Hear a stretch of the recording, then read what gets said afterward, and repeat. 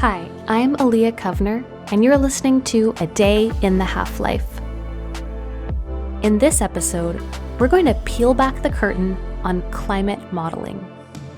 For decades, scientists have been able to quite accurately predict future Earth conditions, like rainfall and temperature, using computer programs called climate models. These models are helpful at telling us what might happen to our weather depending on how much we curb greenhouse gas emissions now, and they can be used to study how much human-driven climate change plays a role in big events, such as Hurricane Harvey or last year's Pacific Northwest heatwave, compared with the influence of our planet's natural processes. But I, for one, rarely stop to think, wait, what is this model? How does it work? What does it look like? And what is it like to be a climate scientist? To work in a field where your research is shaded by politics, where your hard-earned study findings are hotly sought after by news outlet A, then dismissed out of hand by news outlet B. We get into these questions and more with my guests Jennifer Holm and Michael Weiner. Jennifer is a research scientist in Berkeley Lab's Climate and Ecosystem Science Division who uses models to study how Earth's terrestrial ecosystems will respond to climate change. And Michael is a senior scientist in the Applied Math and Computational Research Division, focused on extreme weather in a changing climate. Hi, Michael and Jennifer. Thanks so much for being here. Well, thank you for having us. Yeah. Hi. Yeah, I'm happy to be here. So let's jump right in. What, on a basic level, is a climate model? Well, I'll take that one, Leah. A climate model is basically our best representation of the climate system. It's based on many, many years of research, in fact, but in a nutshell, it's a computer model or a computer program that solves a set of equations that represent the various aspects of the climate. For instance, in the atmosphere of the ocean, the equations are called the Navier-Stokes equations. They're 19th century fluid mechanics equations, and they're configured such to represent the flow of the atmosphere. And some of the processes are very explicitly represented, like sort of the large-scale circulation, heat transfers between the various parts of the climate system, and other parts have to be approximated. And so, what are these models really good at doing, and what are their current limitations? Yeah. I think these models are really, really good at simulating, so many different and detailed processes across the whole planet. Like Michael was mentioning, they simulate a lot of different components of our very large, complex Earth system. So everywhere from ocean and atmospheric circulations to sea ice to the land and biosphere.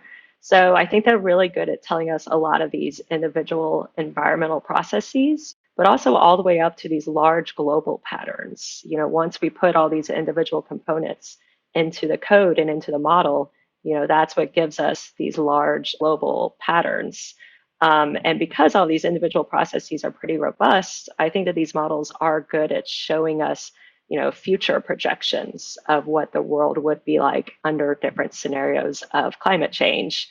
And we know that these projections, are pretty good because we are able to do hindcasts. We are able to show how well we can predict things in the past that have already happened. So this paper is a little older now. I think it was out in 2019, but there was a paper that came out that showed that these models, a whole group of these models actually have done a really, really good job at predicting exactly our rise in temperature. So they looked back at these models that have been published a decade or two ago that predicted the future.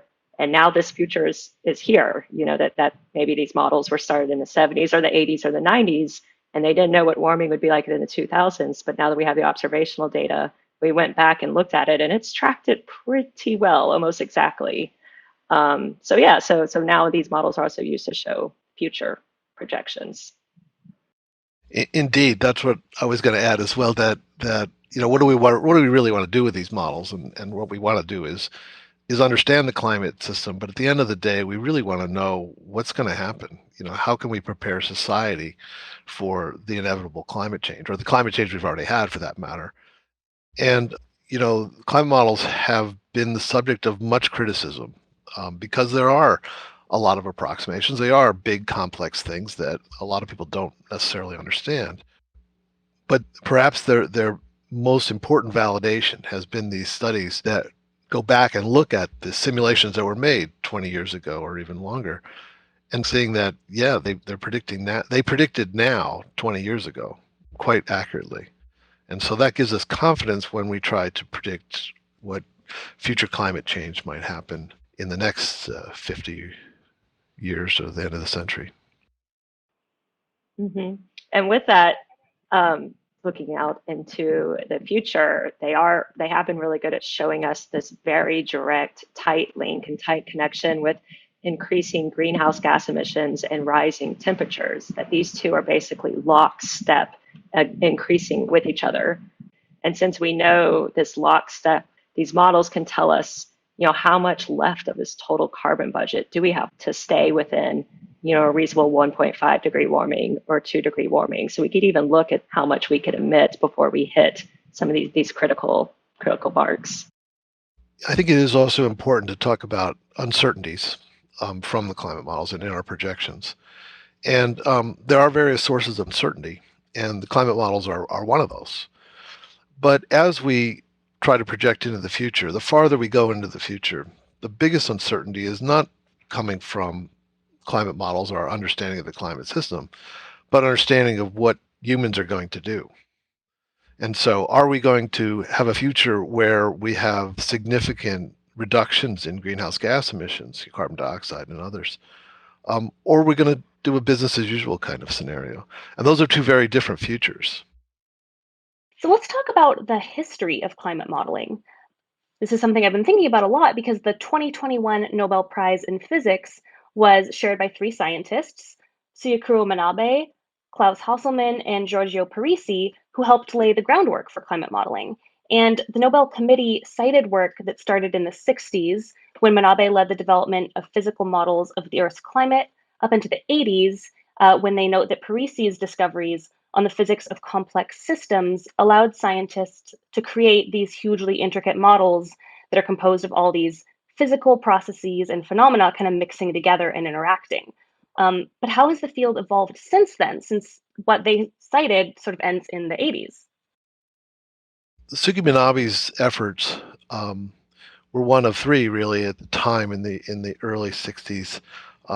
One of the others being Chuck Leith at the Lawrence Berkeley National Laboratory and Akio Arakawa at UCLA. And what these three did was really kind of bold, as they tried to put these equations of motion that describe the atmosphere onto a computer. And indeed, the climate models we have today pretty much directly are ancestral to that. Oh, that's neat. Yeah. There's been a lot of improvements, of course, but the basic idea is essentially the same. And indeed, these ideas didn't originate with Manabe and Arakawa and Leith. So one of the first to actually try to put these equations on a computer was with one of the very first computers, the UNIVAC, was John von Neumann, who thought we could maybe predict weather. And of course we can, and that has become very successful. That was done just after the Second World War in the 1940s. Wow. And prior to that was a remarkably prescient book by L.F. Richardson, who envisioned predicting the weather with computers. But computers, of course, this was in the 1920s, and computers then were not machines or transistors or even tubes, but rather were people. And he envisioned an auditorium full of computers, each of whom would be assigned a small portion of the area where you wanted to predict, and there would be a conductor in the middle coordinating these people to synchronize their computations. So that's interesting because it sort of reveals that the curiosity to model the climate and to try and put that into action has sort of existed since alongside the concept of a computer since the very beginning. And I'm assuming that a lot of the evolution that has happened during all those decades is because of evolution in computer technology. Well, actually, it even goes back farther than that. I mean, the idea of climate change was really first most clearly stated by a guy named Arrhenius back in 1904. Oh, wow. And of course he didn't do this with computers. He did or with computers, either people or machines, but rather by himself with pencil and paper. And he worked out a key quantity that we still talk about today called the climate sensitivity. And the way we define it today is if you double the amount of carbon dioxide in the atmosphere, how much does it warm?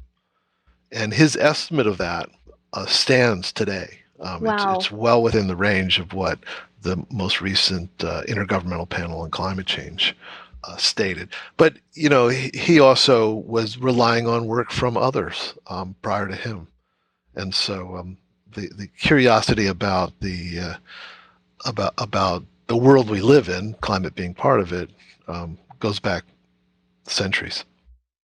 I guess I kind of, yeah, was thinking a little bit more kind of the development of more recent climate models.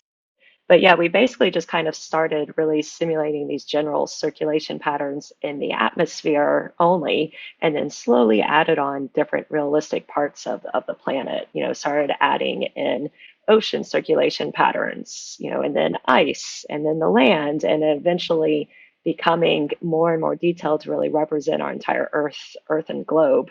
Now we've gotten to this really cool kind of spot where it really is doing very, very detailed processes, like all the way down to microbes in the soil to photosynthesis well inside each individual leaf of a tree. So yeah, so they've become really detailed over time. Um, I kind of have a quick different segue, if you don't mind Sure. me kind of talking about this. This is slightly different that I thought might be interesting for the people to hear, where alongside the history of climate modeling itself is also the history of just what we as society and as humans have decided to do with this scientific information and how we have tried to stop climate change. And I kind of like to think that there are three thematic eras, really, and other people have talked about this more eloquently than I have. But these eras are really, mitigation, then adaptation, and now kind of where we are is in losses and damages. So we know that greenhouse gases will trap radiation and it will lead to warming and have catastrophic consequences. And the greenhouse effect is physics, period. So all the countries of the world got together at these United Nations conferences and understood that they needed to try to mitigate, or stop emitting these greenhouse gases. So this kind of happened in the 80s and the 90s, and that's the first era. But then all the countries, went back home and didn't do what they agreed on. We kept Right. emitting greenhouse gases, over time. So then I think we kind of entered the next era where it was adaptation, where we know we still need to mitigate, but it wasn't really happening. So it's like, well, how can we adapt to climate change? How can we try to help adapt to sea level rise, to oncoming droughts, to oncoming floods? And we see that part of the world is going to be impacted, and especially poorer countries of this planet are going to be impacted. So what can we do to try to help adapt to that? And I think kind of now in the last couple of years, we've entered this last era where climate change is here. It's happening. People are getting displaced. So, we can't really adapt to something that's already happening. So now we're in the losses and damage era, where I think we do need to try to help for losses and damages of livelihood, agriculture, homes. Yeah, and you both, I mean, as part of your roles as climate scientists, have been, you've been working while these social and political changes have been happening. So, speaking about that, Jennifer, you and Michael have both been involved in climate conferences and in high impact climate reports. And I was hoping to hear a little bit about that. So, Michael, starting with you, you've authored numerous IPCC reports, and including the most recent one. So, what is it like working on these and sort of seeing the front lines of climate science interacting with policy? Yeah, Leah, it's been a great privilege of mine to have been an author on the fifth and sixth assessment reports of the Intergovernmental Panel on Climate Change, as well as on the second, third, fourth, and now fifth reports of the United States National Climate Assessment. And as a scientist, these are fantastic opportunities because you're in a place with some of the best scientists in the world, and it was a tremendous learning experience for me each time. But as an individual, as a citizen, it's clear that there's a tremendous responsibility that comes with this as well. Right.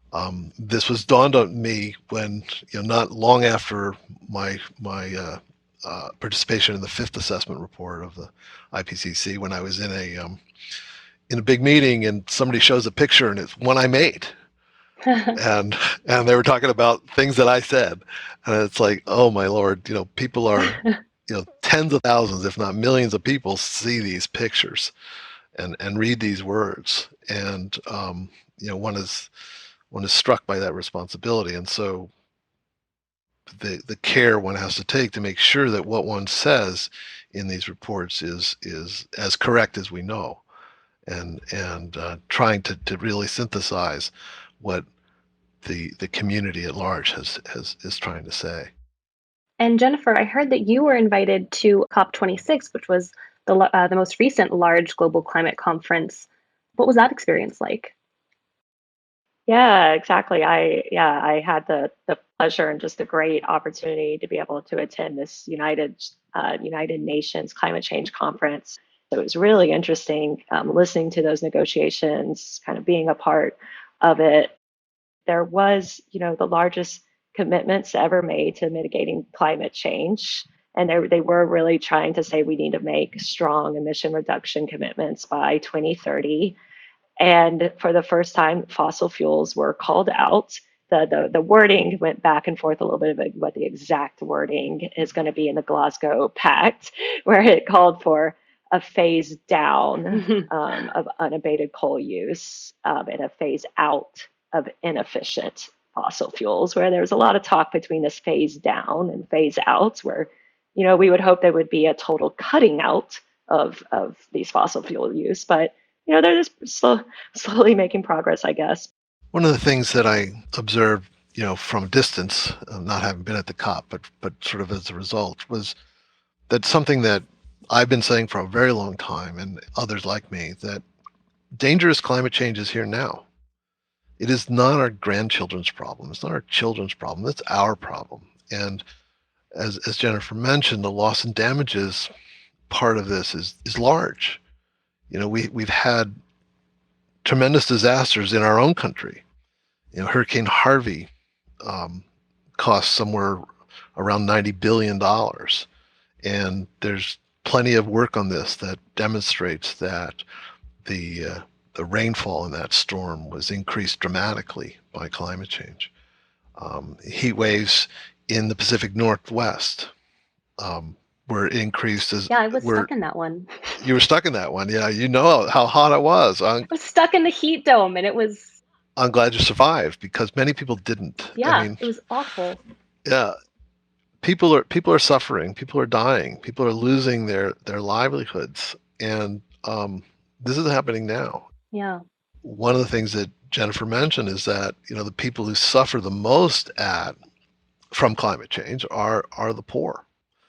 Right. The poor in our country and the poor in other countries. And, arguably, these are the folks that had that contributed least to the problem. It's the rich countries, that have the highest per capita consumption of fossil fuels.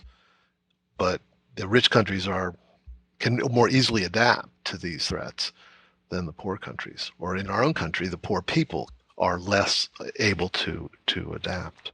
Mm-hmm.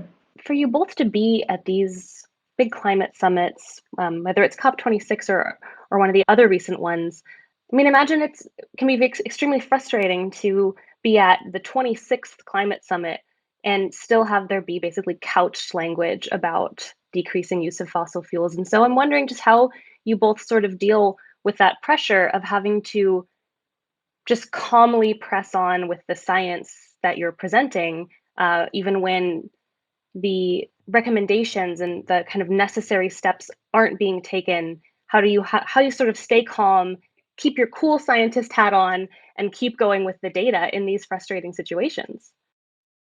Yeah, yeah, you're exactly right that it can be frustrating at times, you know, that we know that science, we know what's happening with climate change, with warming temperatures, with increasing floods and droughts and storms. We see this, and you're right. It can be very frustrating to maybe see not as much action being taken. And a big kind of takeaway that I did see at COP26, which was wonderful, was the huge rise of youth activism. It was incredible to see all the youth that was there, the protests that were happening outside, the different marches, and how the youth is really galvanized. I mean, they know, I mean, this is the world that they're inheriting, that we're leaving to them, and they get it. So the youth activism was very, very wonderful to see. And we need to listen to these people more, I think, and really listen to people in different parts of the globe that are experiencing climate change so much firsthand, and listen to their stories and try to have more empathy and more compassion. Yeah, I agree with that. I think we also have to recognize that these are really complicated problems. Right. And we have to acknowledge right off the bat that fossil fuels have been good for us, in that, our standard of living that we have now is so much better than it was 100 years ago or 200 years ago. Life expectancies are longer. We live in a very privileged time in many ways because, we have leisure time, we enjoy long lives compared to our great grandparents. And fossil fuels had a lot to do with that. But at the same time, I think we have to realize that, it's unsustainable, Yeah. that we can't continue with business as usual and continue to pollute the atmosphere in the way that we do. And, we have changed our behaviors in the past. We recognized back when I was in high school that chlorofluorocarbons, the propellants in hairspray and the coolants, the gases used in refrigerants, were destroying the ozone hole. And the Montreal Protocol was adopted, signed internationally, led by the United States, in fact, and we reduced the production of these to very near to zero, and the ozone hole is recovering. Now, this is not that was a simpler problem than replacing our energy production system, but I'm a firm believer that we can do that. But it costs money. I mean, it costs money to change from chlorofluorocarbons to their substitutes. We still have refrigerators. We still have hairspray. We just have it differently. And, we're still going to have electric lights and we're still going to have cars, but we have to do it differently. As a scientist involved in these complex kind of negotiations involving governments and longstanding financial investments, you're both facing pressures that few other scientists in other fields really deal with as part of their day-to-day work. And what is it like for you personally to have your work be something where members of the public, politicians, and media are continually seeking your opinion and often disagreeing with you? How do you sort of handle those pressures, and what is it like for you? Never read the comments. Actually, my brother loves to because all these funny things they say about me, he thinks are amusing. Um, it it is sort of like doing science in a fishbowl. Everybody knows something about the weather. Or thinks they do? Well, it's a typical opening line at a cocktail party. And indeed, everybody does have some experience about the weather, but climate is different in that, it's not today's weather. It's the sum total of, the behavior of weather over a long period of time. And so climate change is really something that, unless you live to be, old enough, and I have some uncles who are in their 80s who who believe they see the change where they live. It's hard to really feel climate change until you really look at the numbers and look at the data. Jennifer, I'd like to Yeah. hear what your thought on that is. Yeah, yeah, exactly. I think we do have an interesting position as scientists that, yeah, it does interact more with the public and with media and with politicians. And, we just do the best that we can as scientists of literally just sticking to the science, sticking to the truth, and just remembering that all these climate models are based on physics. They're based on mathematical equations and chemistry and biology.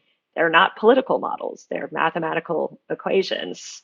And then something else that I like to do is that I've been trying to talk just about climate change just to family members and to friends just more and more, and just try to really normalize talking about it, and just talk about just very common different things that we all experience, that we all like to be outside maybe, right? And maybe if people like to go fishing or skiing or hiking, just kind of talk about things that are happening with climate change in our everyday lives of, hey, have you noticed that there's less snowpack this year? Like, that's weird. I wonder why. And I this is actually advice from Catherine Hayhoe, who I love and I love listening to. She's a great atmospheric climate scientist, and she's great at climate communication. And this is also one of her big advices, is just try to normalize talking about it, that it is a large global thing, but if we talk about it more often with people, it won't seem maybe so scary. And the more we talk about it, the more we'll start acting and maybe changing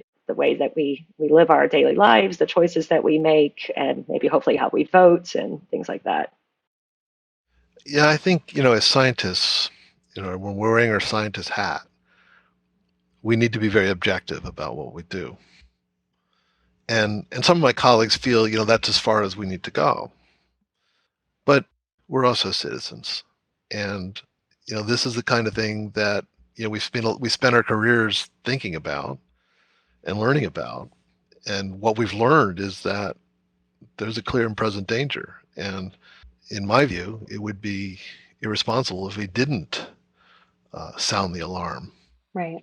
People sometimes say, "Oh, well, you're an alarmist." Yeah. It's like, well, what I see is alarming. What do you Yeah. want? Um, so it is hard for some scientists to be able to speak publicly about the dangers we see, and that's okay. Not everybody has to. Not every scientist needs to do that if they're not comfortable with it. But if you are, sound the alarm, and whether it be about hurricanes or ecosystems or heat waves, if you see something burning, you should do something about it. Yep. Exactly. But it is funny when you talk to somebody who's in some other field. I was at some computational meeting, and scientists from all different disciplines, and there was this guy who had written some interesting papers about gravity waves. And the evidence for gravity waves is pretty strong, but it isn't anywhere near as strong as it is for climate change. But he doesn't have people standing up in a room and telling him a liar, because nobody in their right mind knows what a gravity wave is. I only barely understand it. Yeah. That's so true. But people are like, oh, gravity waves, that's science. That's hardcore science. That is right. We won't dispute it. But you're right that there is How cool is that? which is great. There's so much more evidence for climate change. There aren't that many gravity wave deniers that I've met. Yeah. Yeah.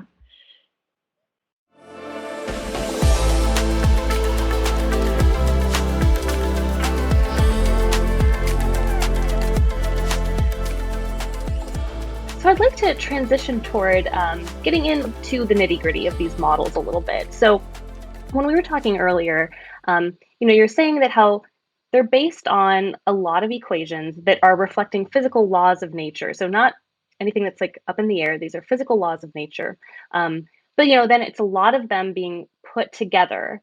And how do scientists make sure that that sort of overall system is accurate when putting new things into the model? Like Jennifer, you're talking about how there's a lot of new Earth systems have been added recently, and maybe new sophisticated equations get developed. So I'm just curious on how like a model gets updated with all of that, and then how you basically do quality checks to make sure that everything's working correctly.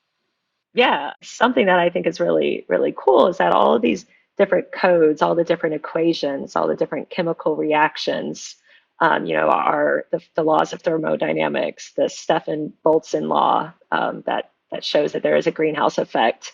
All these different equations, once they come together, they make these emergent features from the model. So the emergent features are the models actually creating the storms, the droughts, the amount of snow, the rainfall. We're not telling the model, oh, hey, put X amount of rainfall over India or X amount of rainfall over China. That's the emergent feature, Oh, which is really, really cool that I think it's all the equations then saying, oh, this storm will form, this drought will form, these forests will grow here. So we also want to compare those against observations, which observations have really, really helped us a lot to come back and check, our climate model results. And we have national weather stations, at least in the United States, all over the United States, that NOAA monitors for us. So we're able to check, each year, what is the temperature change? What is what's the relative humidity of the air? And we have a lot of remote sensing data, so data from satellites that show us very detailed stuff all the way down to soil moisture from space. It could show us how forests are changing and growing over time. So we have a lot of these observational data sets that we'll use to really kind of benchmark or test the model against. Yeah, I think the key here in having any confidence in climate models is when you compare to the observations. But that being said, Europe and the United States, or Western Europe and the United States, are well observed. Many parts of the world are not. Most of Africa and South America and large portions of Asia are very sparsely observed. And so that's where satellites actually can play a role in enhancing our knowledge of the real world that we can use to help validate the climate models. And of course, the climate models aren't perfect by any means.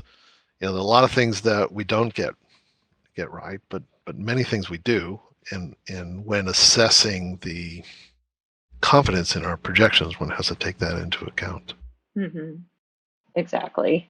I happen to work more in tropical forests and in tropical locations. And Michael's very right that in South America and Asia and Africa, we just don't happen to have very long observational records, or there just haven't been as many tower data sets or these weather stations.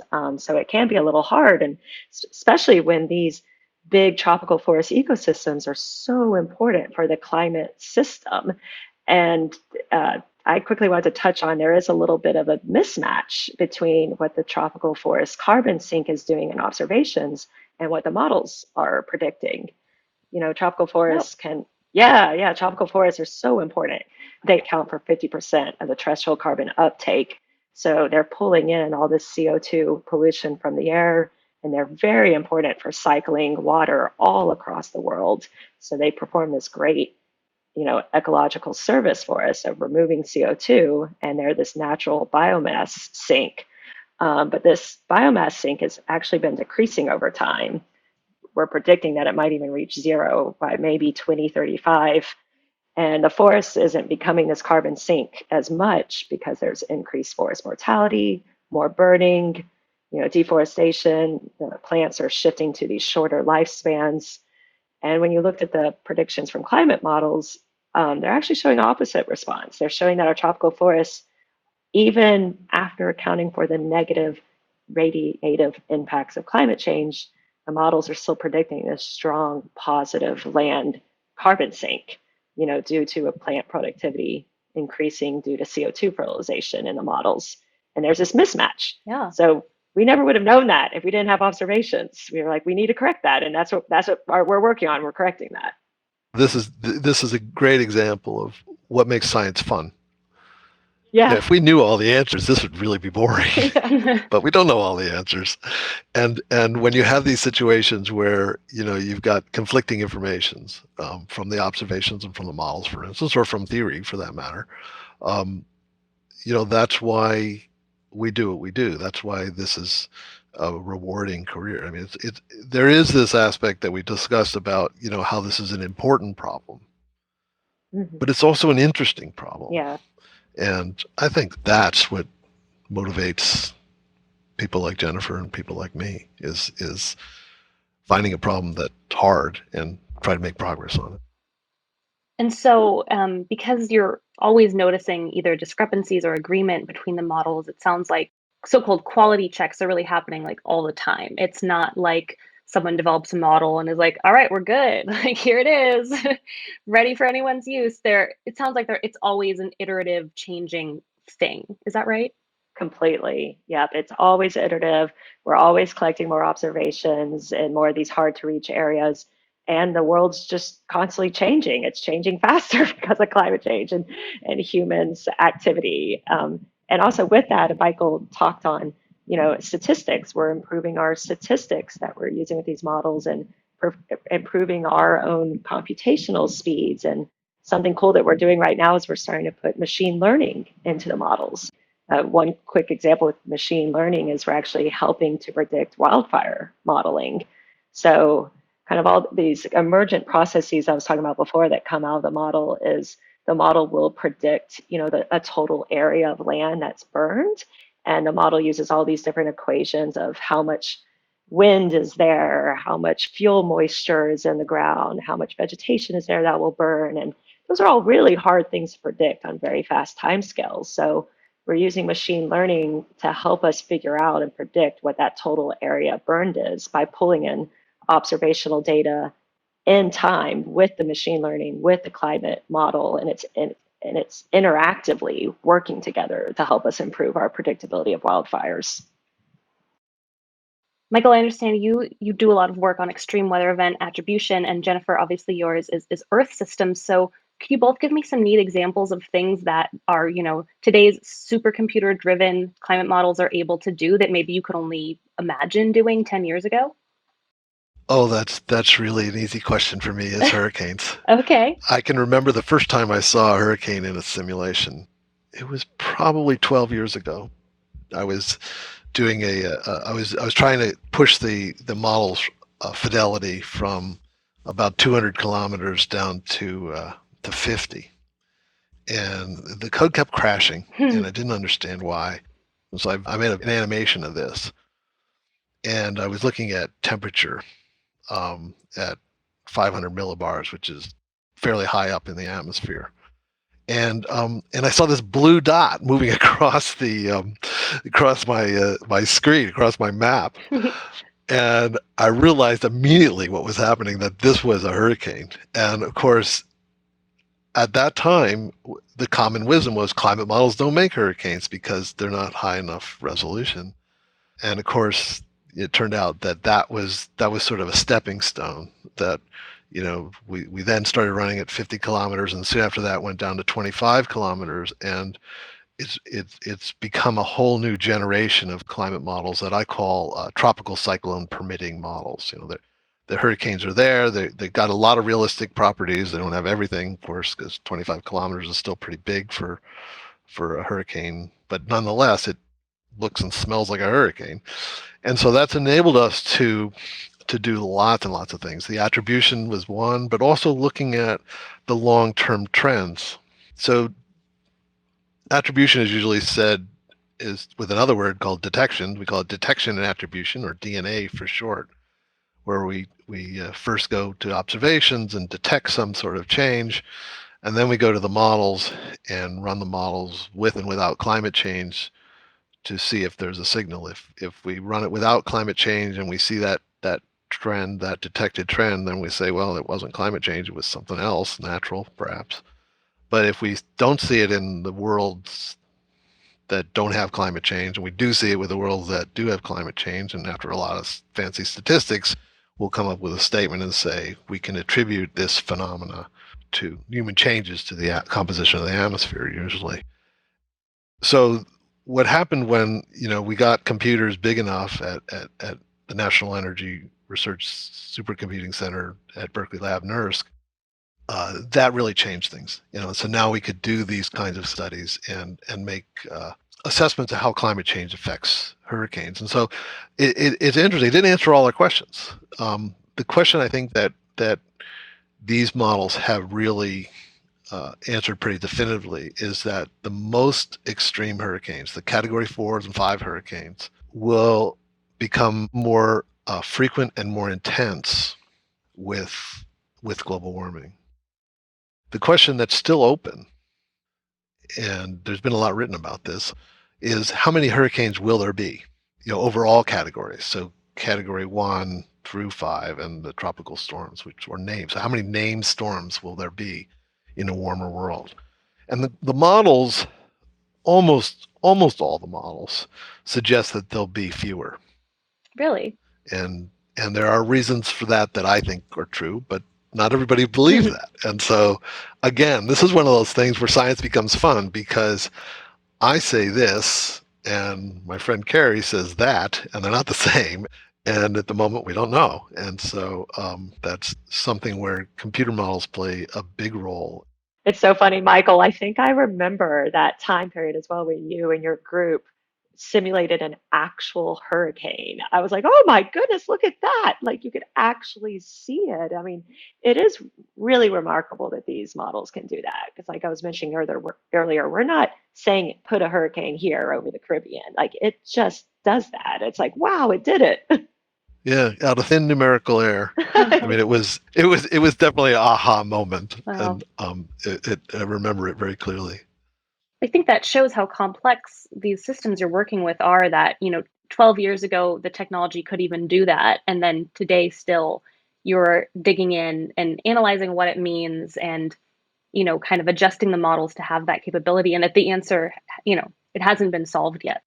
What's been rewarding about it, too, has been involving some young scientists, training young scientists who have taken this technology and gone much farther than I ever possibly could have imagined.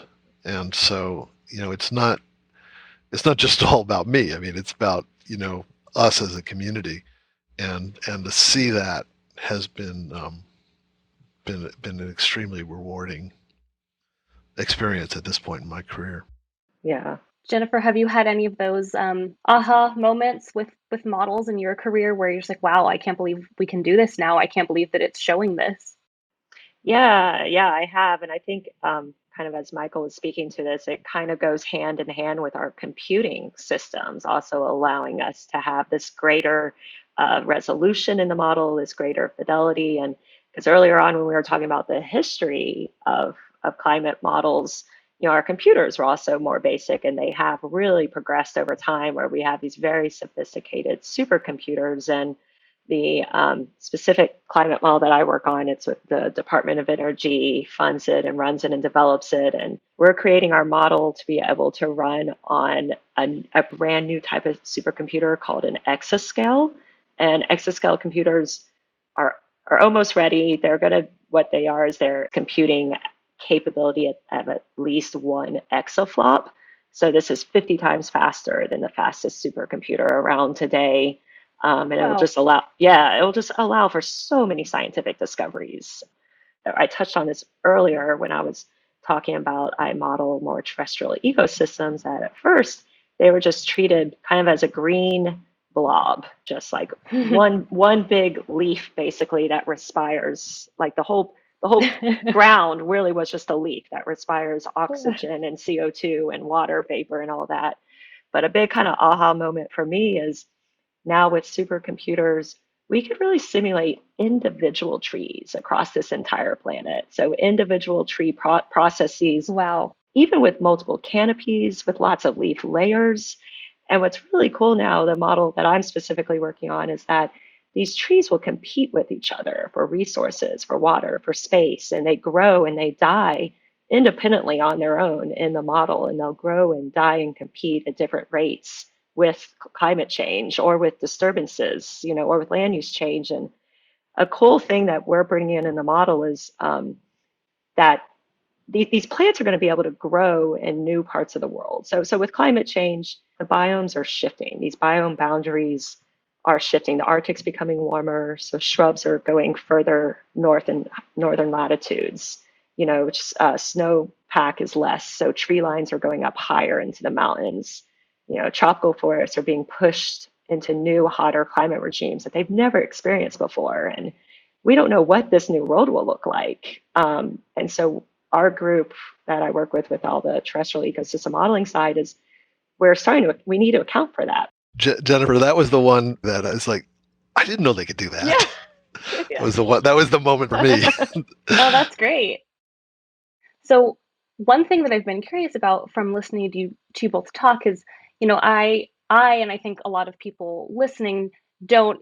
It's hard to conceptualize what these climate models really look like and how you interact with them. And in my mind, you're logging onto a computer and it's like Earth Sim version 1 and it's the entire Earth. It's like a full model and you're both using the same model. But I'm guessing that's probably not right. So what are the models actually, how are they sort of divided up? Is there one big one that you can work on some little parts of? And how many of these sort of big, really well developed models are out there in the world? Is it just a handful or are there actually a lot of them? That's a really good question. There are a lot of them.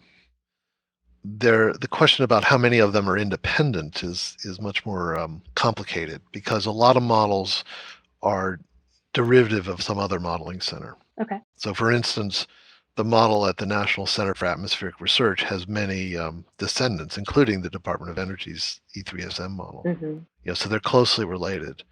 Similarly, for the UK Met Office model from the Hadley Center, very successful model, and it's been propagated to other countries. I may be the last person who actually wrote a climate model from scratch. Really? I did it. Yeah, I did it when I was much younger and quite a bit crazier. And it was about 300,000 lines. Wow. Of Fortran. And we abandoned that model when I froze the entire United States. And I think I could have fixed it, but it seemed like the days of one person writing a climate model are basically over with. And so climate models are generally written by large teams of people. There's two groups of people. Actually, there are three groups of climate scientists. The people who write them, who are usually the unsung heroes because they're writing Fortran rather than papers, and so they're not highly published. They don't get on TV. And then there are the people who make the runs, and then there are people who analyze the runs. Okay. And those, there may be a little more overlap on that. One of the things about climate science that's maybe different than other science efforts is that there's a large database of simulations that are publicly available that anybody can get. So there's a large community of people that never run climate models but analyze them. I see. It's different than other fields, where the models are much more proprietary. True.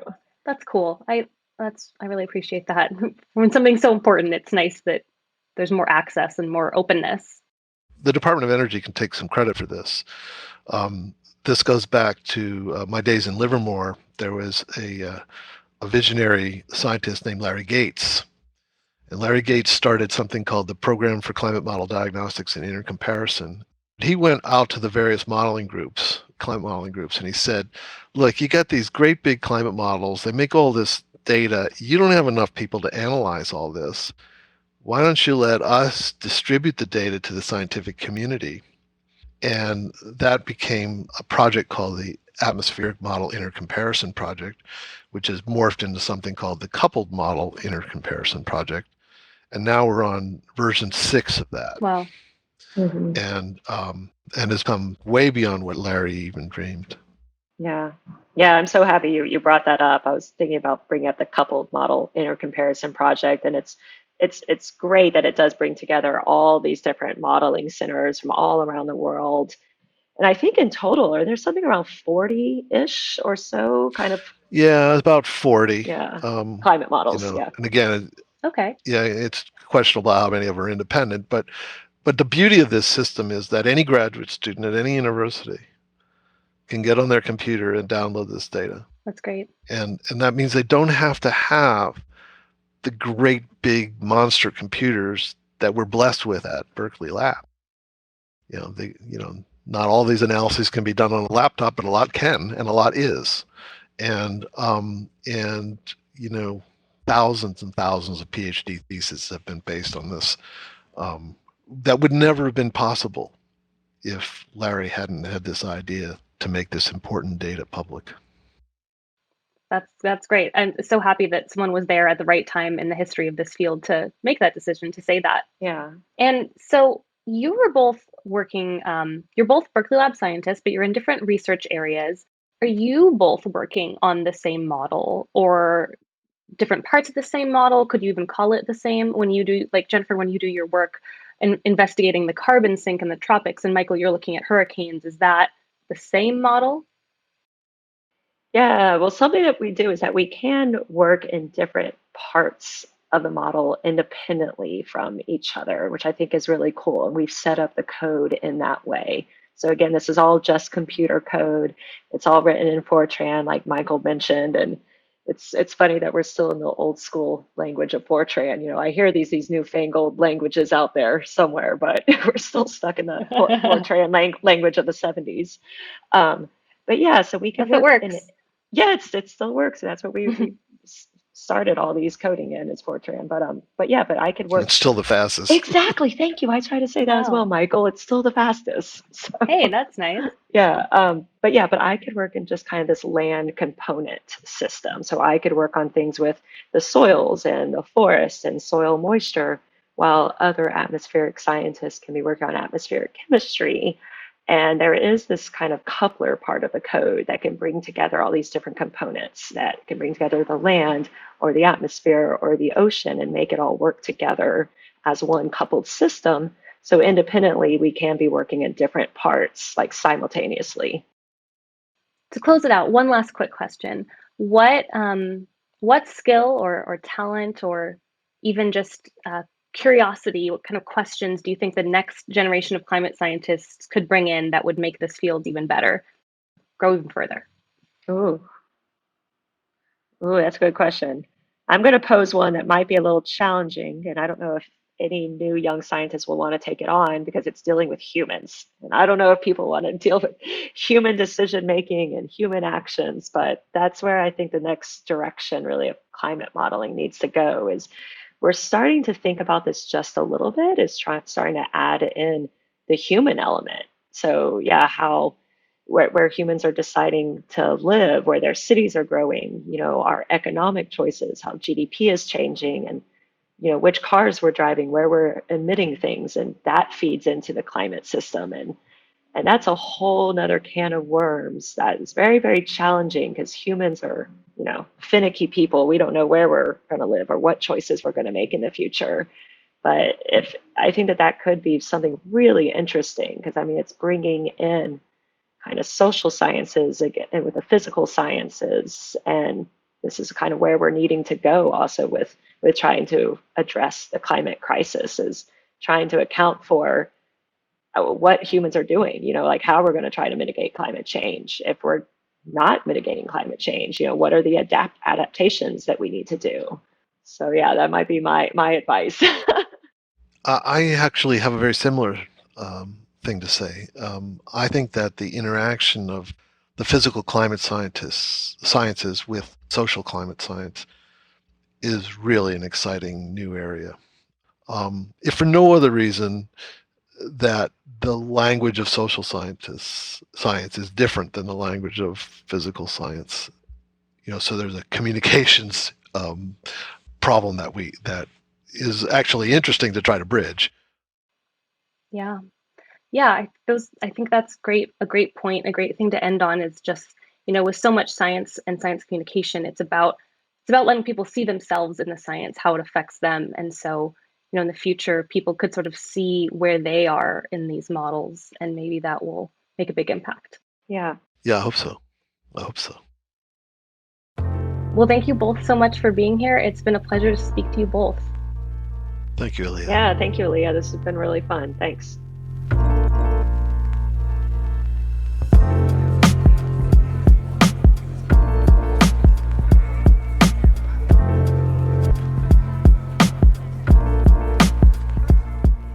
Thanks for joining me, and I hope you tune in next time for more insider science stories.